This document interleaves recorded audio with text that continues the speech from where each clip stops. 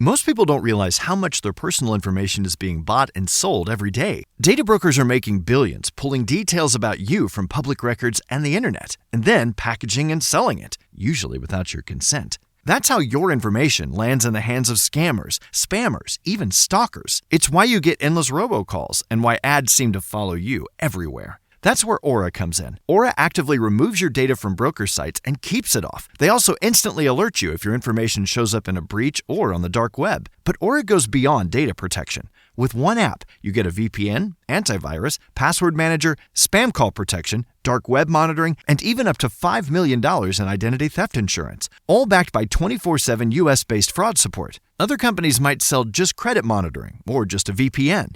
Aura gives you all of it, together, at the same price competitors charge for just one service. Start your free trial today at aura.com/remove. Protect yourself now at aura.com/remove.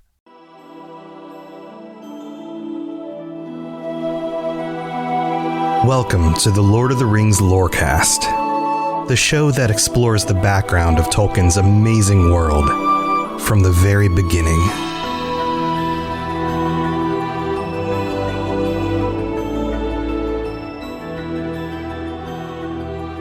Today we're continuing on with Chapter 4, A Shortcut to Mushrooms.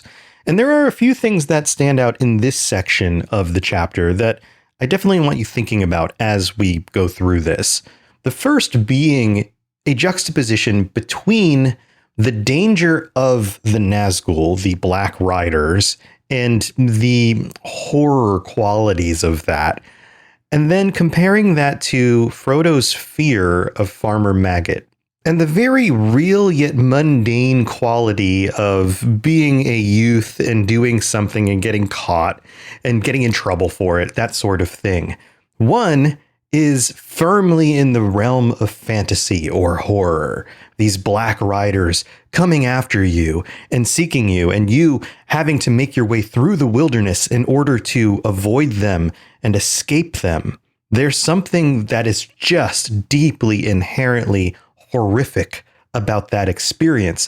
It's the thing of nightmares. It's one of those things that we dream about because our brains are processing the what ifs of a situation like that. And what would you do in order to escape it? There's something very primeval about it, something very, almost animalistic. Not just every person, but think about the animals in nature. Most mammals have to deal with being something's prey at some point and being pursued and the need to avoid that. And then you tack on this idea that there's something magical, something dark and mysterious going on with these Black Riders, and that becomes even more scary.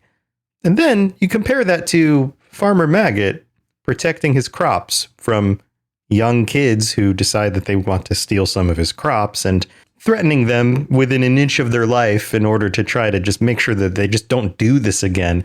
And that feels very mundane, but to the experiencer of both of those things, they're both terrifying.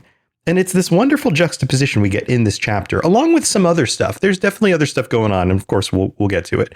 But keep that in mind as we go through it. But also keep in mind, paired with that, the resiliency of the Hobbits and how they show that resiliency in this chapter, because it comes across almost like being naive, and maybe it is in some cases, but at the same time, we're getting glimpses of the resiliency of these characters to these terrible situations that they are going to have to go through. And this is just, of course, the beginning of that. The other piece of this, and we always want to keep this in mind, is a comparison to The Hobbit. I've talked about this on some of the episodes so far as we've gone through the Fellowship. But keep in mind, about this point in The Hobbit, we've had to deal with the trolls, and we have comparisons.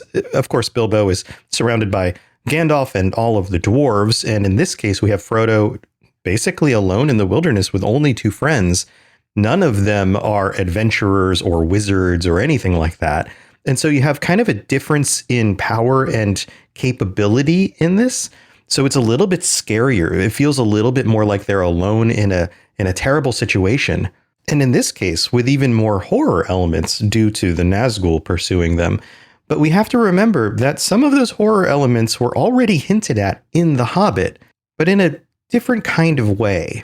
All right, so some things to keep in mind as we get into this section of the chapter. Let's go.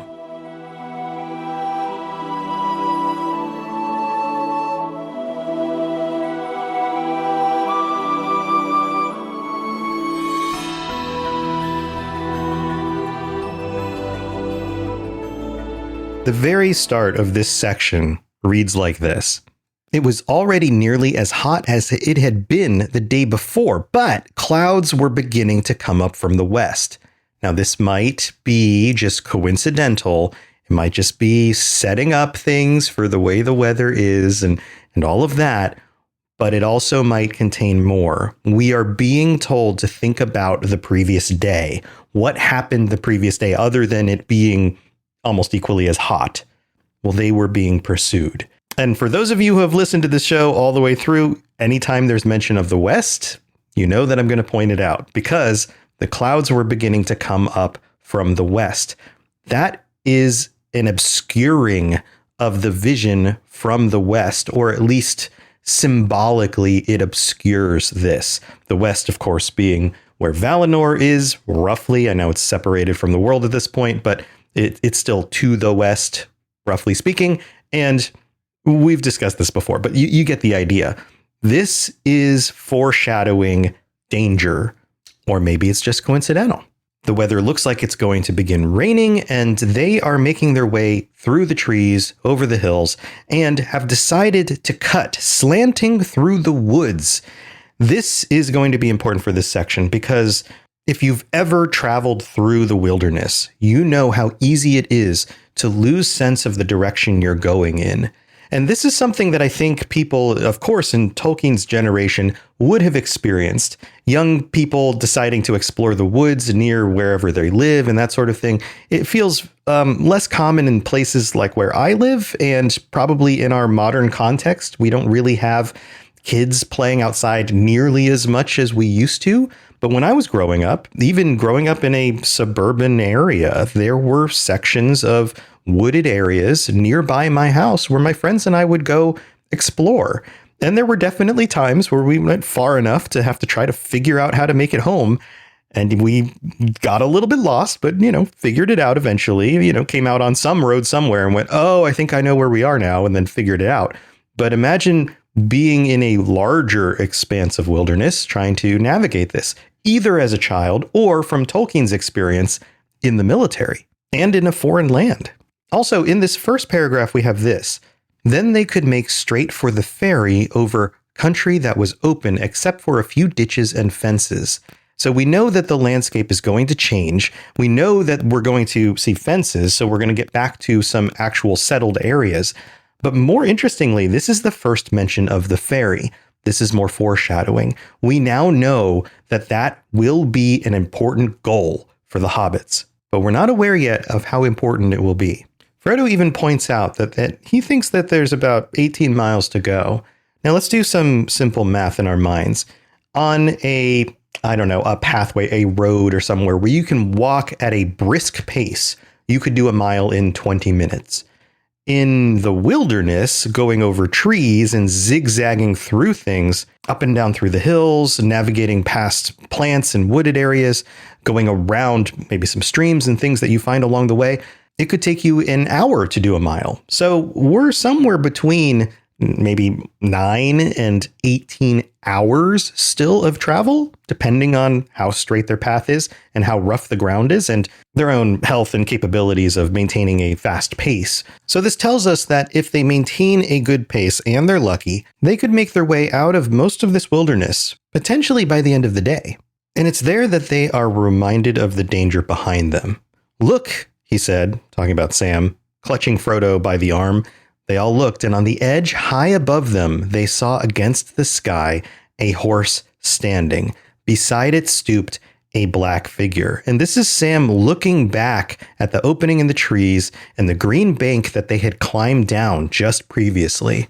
They still have a black rider on their tail. And we can make a fair assumption here that the reason he's off his horse is because he's sniffing around again, trying to determine where they are. This confirms to them that they made the right choice because they decided to go down this hill, and then they discuss how it would be very difficult. It's a bank, to bring the horse down the bank. So by navigating off the road and through this more treacherous landscape, they're going to go more slowly, but it will be a lot harder, especially for a horse to follow them. And in this section, it's also noted why it's more difficult to go through this wilderness. And the details here are more than what you might just expect. It's not just that the landscape is more difficult or they have to navigate between bushes and trees and things like that. It's little things. Like they're going to get more scratched up. They have to carry their packs. The brushes and brambles aren't just things you have to go around, but sometimes you have to go through them. You have to kind of cut your way through them. And it's not like they're walking around with machetes or something like that. But even on top of all of that, the landscape affects the air and the way they feel. They were cut off from the wind by the ridge behind, and the air was still and stuffy. Remember, it's a warm day. In fact, it's described as hot, and without a breeze coming by, the temperature actually makes it harder to travel. And this is true. I mean, I'm recording this right now. We're near the end of summer. And how many of us have dealt with having to be outside during the summer and getting some sort of work done, and all of a sudden the wind dies down and it feels so much hotter, and it's so much harder on your body to be able to deal with that. These are very real things described by somebody who understands that experience. But probably most importantly, the change in the environment around them, the amount of trees and foliage and hills and things like that, make it significantly more difficult to navigate. Because when you can see longer distances, you can keep an object in front of you and continue moving towards that object. And at night, you could probably even learn to navigate by the stars, right? You look up in the sky and make sure that you're still headed in the direction of a certain part of the sky. But during the day, surrounded by trees, this is not an easy thing to do. Eventually, they make it out of the region that they're in, and Pippin notices that he recognizes where they are. He says, "Why, this is Stockbrook. If we are going to try and get back on our course, we must cross at once and bear right." And they wade across the stream. Another reason why it's good to go this direction. It's harder for them to cross, but it's also harder for the Nazgul to follow them. And they don't yet understand the magical nature of these creatures. They don't know that crossing rivers is actually more difficult for them, and something that they almost always avoid. And that goes back to the inspiration about these evil spirits and how evil spirits avoid crossing rivers and that sort of thing, which Tolkien is pulling from here. Then we get the mention of some trees again. They came to a belt of trees, tall oaks, and here and there some elm and ash. So a mention of something that still feels very homely to them. Homely in the familiar sense, not in the ugly sense. What a weird way to use the word homely. But I guess that's more common. Anyway, but then the weather changes. The wind blows the leaves of the trees, and then the rain comes streaming down. And again, it's Pippin who notices that they're not quite headed in the right direction. He says, "I hope we have not turned too much towards the south, and are not walking longwise through this wood. It is not a very broad belt. I should have said no more than a mile at the widest, and we ought to have been through it by now."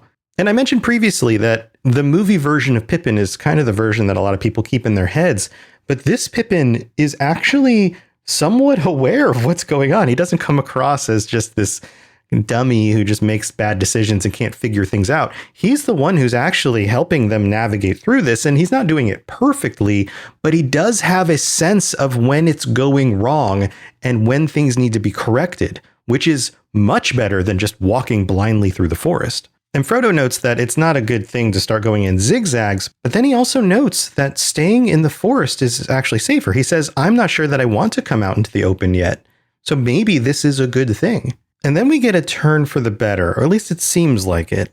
The sun comes out, the rain lessens, they stop under an elm tree, and we're told that its leaves, though fast turning yellow, were still thick, and the ground at its feet was fairly dry and sheltered.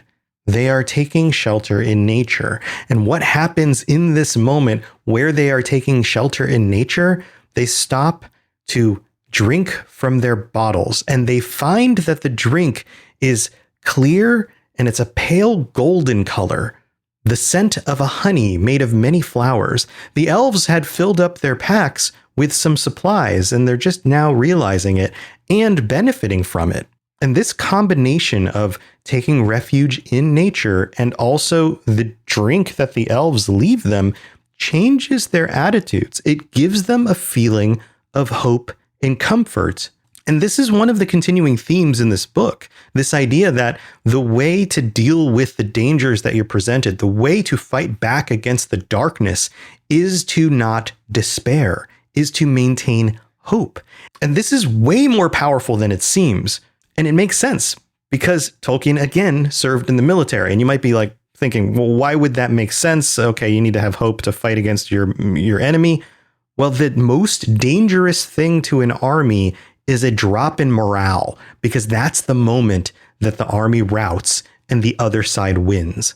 And in this moment, feeling safer, they begin to sing. And the words of the song are exactly what's going on here. Ho, ho, ho, to the bottle I go. And that at first sounds like drinking alcohol. It's not. It's drinking the elven drink. To heal my heart and drown my woe. That would be a bad understanding of this. So don't go that direction. Rain may fall and wind may blow and many miles be still to go. But under a tall tree I will lie and let the clouds go sailing by. This idea of I'm going to take refuge in this moment, and I'm going to let the clouds sail by, the ones that brought the rain. It will pass. The rain will pass. The sun will come back out. And with this renewed spirit, they begin singing louder.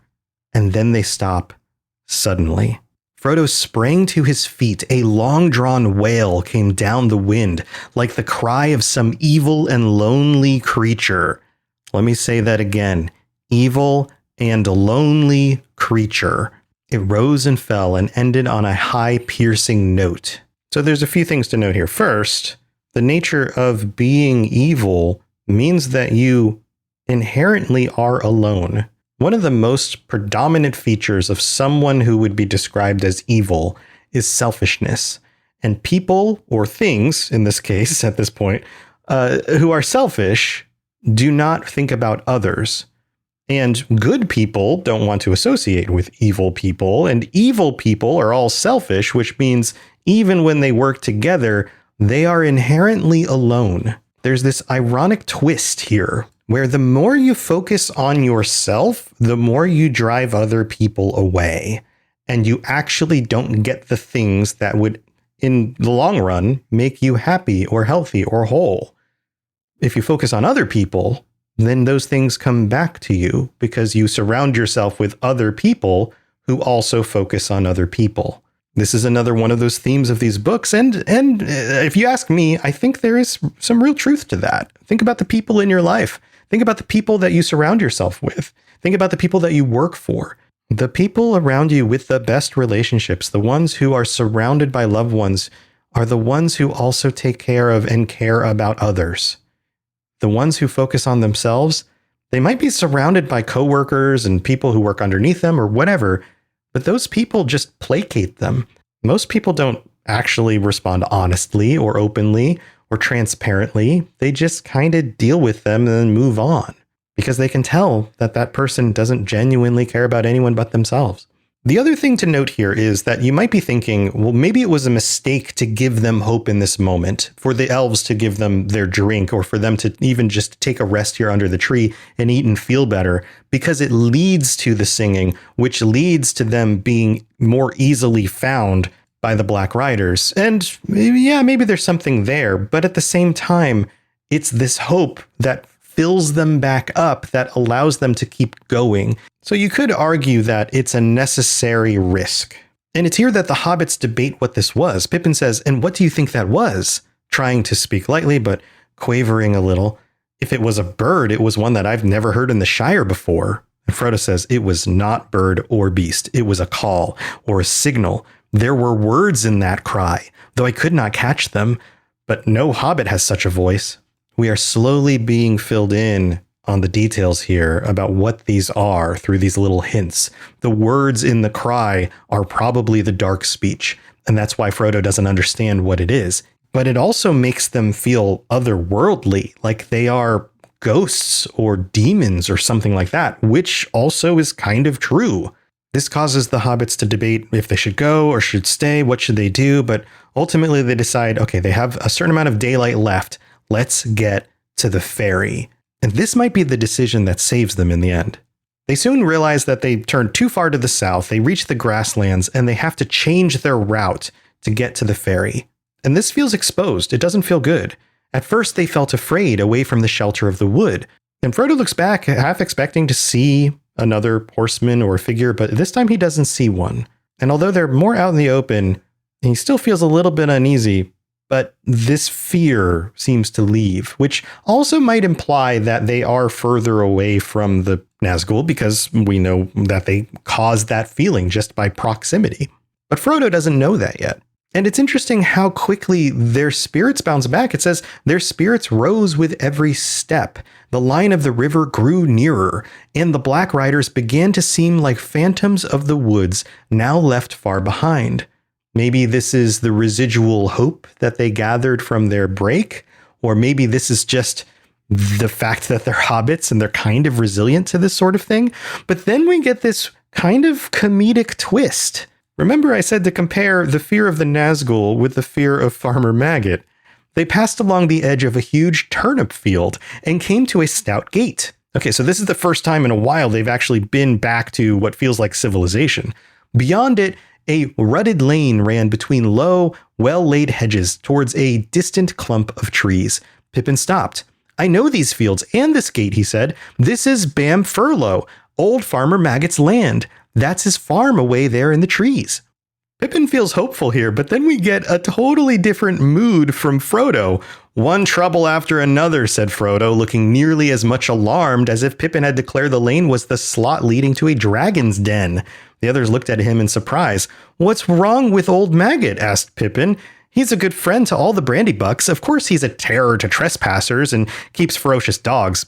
But after all, folk down here are near the border and have to be more on their guard." Okay, so a few things to note here. He absolutely points out the exact reason why Frodo is scared of him. And Frodo explains, "I am terrified of him and his dogs. I have avoided his farm for years and years. He caught me several times trespassing after mushrooms when I was a youngster at Brandy Hall. On the last occasion, he beat me and then took me and showed me to his dogs. 'See, lads,' he said, 'next time this young varmint sets foot on my land, you can eat him. Now see him off. They chased me all the way to the ferry. I have never got over that fright, though I dare say the beasts knew their business and would not really have touched me.'" So Frodo knows that the dogs weren't actually going to hurt him, that Farmer Maggot was just putting on a show to make sure that this pesky young hobbit stopped trespassing in his fields and stealing his crops, which is his right. It is his land. The fact that he beat him is a question I have in my mind.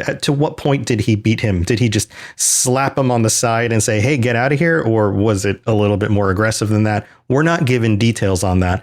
But also, when you're in those kinds of situations and you are scared, then you might remember it as being more severe than it actually is. Or maybe he's a legitimate terror and actually beats young kids who walk on his land. We don't really know, but in the light of the terror of the Black Riders, the Nazgul coming after them, and their ghost-like black speech, the fact that they sniff the ground, the fact that they are incessantly coming after this group, the fact that they are looking for the ring and Frodo knows it, and he knows what they will do to get the ring, which is probably just straight out murdering them. This seems comedic. This idea that, okay, how many times as a kid were any of us up to some mischievous, some stupid thing that we got in our heads and did anyway and took a risk and then had to deal with the ramifications, the punishment, and it's something that changed us from that moment. And it's interesting because this tells us a few different things. Frodo is not a saint. He has done some things that he regrets growing up in his youth. And most of us have. That's a pretty common human experience. Secondly, they chased him, the dogs, all the way to the ferry. This moment in his youth actually prepared him for the moment he's in now, to be pursued and chased all the way to the ferry from this point. This is not just foreshadowing. This is training, maybe? I just sounded like an AI by saying that. This is one of those things AIs do all the time. It's not just this, but it's this. But legitimately, it's foreshadowing, but it's also showing us that Frodo, from a point earlier on in his life, actually already trained for this moment in sort of a roundabout way. There's also kind of a side little subtle thing here that I'm not 100% sure about, but I'm going to throw it out anyway. Why is he named Farmer Maggot? What is a maggot? Well, it may just be a similar word from a different origin than the creature, like a maggot that turns into like a fly larva, that sort of thing. And so it's just one of those, what's it called? A homonym? Is that the word? When you have two words that sound the same, but they actually come from different meanings. And so it may just be a family name that has come down from the ages that has no attachment to fly larva. Or is there a reason why we are thinking about Farmer Maggot in this regard when we just dealt with these creatures that appear to be kind of undead? What do maggots do? They eat and break down the bodies of the dead. And if Frodo and Sam and Pippin are caught by the Black Riders at this point in the story, then that's what's going to happen to them. Now, I'm not sure if this is a clever subtlety here, or if this is just a coincidence, and maybe as Tolkien has done before, where he's used a word that actually sounds like another word. So, for example, Tirion upon tuna, like the fish, that we've talked about this in the past. This is another one of the cities in Aman near Valinor, near the city of Valinor specifically, called Tirion upon Tuna, which is where some of the Noldor live. So maybe it's a coincidence. But anyway, this is kind of a funny moment because this should be a moment where they start feeling safer because they are making their way finally out of the wilderness to at least a farm. I mean, they're not in a town or a city or anything like that, but they know that there are other people about and there is a certain level of safety, or at least a feeling of safety, by not being alone in the wilderness anymore. We also, in the closing section I'll read here as we wrap up this episode, have a mention of Merry, which is nice because, again, we're kind of bringing things together. We're in the part of the book where the pieces of the story are starting to solidify around the group that will be journeying out of the Shire and the situation that they're dealing with. Pippin laughed. Well, it's time you made it up, especially if you are coming back to live in Buckland, which of course he's not actually planning to do. Old Maggot is really a stout fellow. If you leave his mushrooms alone, let's get into the lane and then we shan't be trespassing. If we meet him, I'll do the talking. He's a friend of Mary's and I used to come here with him a good deal at one time.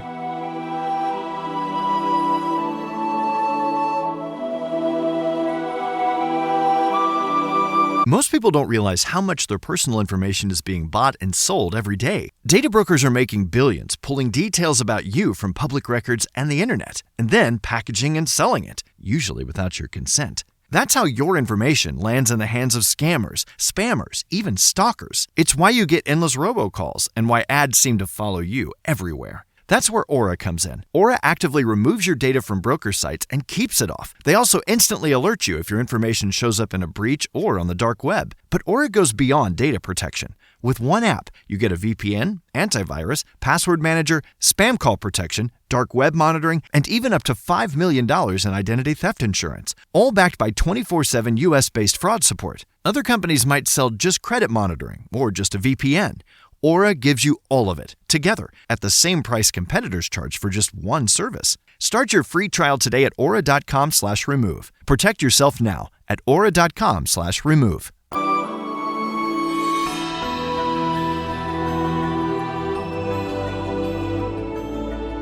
So there's another piece of this that I didn't really dig into in this episode that I'm going to touch more on in the bonus episode this week for our patrons. And it's about the reference to that Pippin makes here about the dangers on the border of the Shire and how the people who live closer to the borders have to be more careful. It's part of why Farmer Maggot is a little bit more aggressive with people on his property than, say, somebody in Hobbiton would be. And it's interesting. There's a few different reasons why that might be the case, and I'm going to jump in and kind of explore some of that. So if you'd like to join me on the bonus episode this week, head over to Patreon, patreon.com/LOTR Lorecast. You can sign up for ad-free episodes, but you can also sign up for bonus episodes and also our VIP chats. So if you want to be a part of that, just like Peachy Keen Jellybean, who's our newest member. What a great name. What an awesome name. Peachy Keen Jellybean. So fun. Thank you for joining us. I hope you're enjoying your ad-free episodes. And especially, I have to give shout outs to all of our VIP patrons, which I will do just in a minute. But before that, we got one more review on Apple Podcasts. This one comes from TMG12, who says, great storied. As a fan of Tolkien for a very long time and all the things around the universe, this is a great, easy explanation of the things that can be so complicated. Short and to the point. Thank you so much for leaving that 5-star review. And if you would like to help out the show, if you are not somebody who has the funds to sign up on the Patreon and support the show that way, there are all sorts of other ways to help me out. And of course, I couldn't do this without all of you. So leave a review, a 5-star review, share this with a friend. And as Rings of Power Season 3 is getting closer and closer, if you have friends who have questions about a lot of that stuff and they want to know the backstories, they want to understand who Galadriel actually is and who Celeborn is and what's going on with them and where were they when they met. And I'm sure they'll be addressing some of those things in the show, but they're going to leave a lot of those other things kind of open. So if you can help me out and direct some of your friends and people you know to this show, that would be amazing.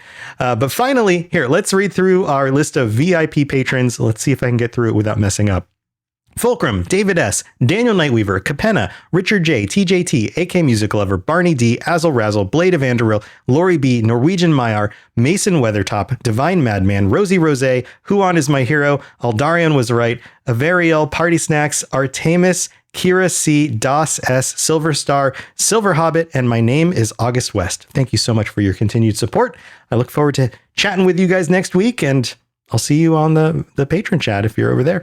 Have a wonderful week and try not to steal farmer things from farmers because I don't think they appreciate that. And avoid Nazgul at the same time. All right. See you next time. Thanks for listening to the Lord of the Rings Lorecast. If you'd like to learn more about other fantasy worlds, check out my other podcasts, The Elder Scrolls Lorecast, The Witcher Lorecast, and more at robotsradio.net. If you'd like to reach out, I'd love to hear from you. Send me a note on Twitter at robots_radio. Or join our amazing community on the Robots Radio Discord. There are links in the show notes, or just search Robots Radio Discord, or find the link on robotsradio.net. I'll see you next time.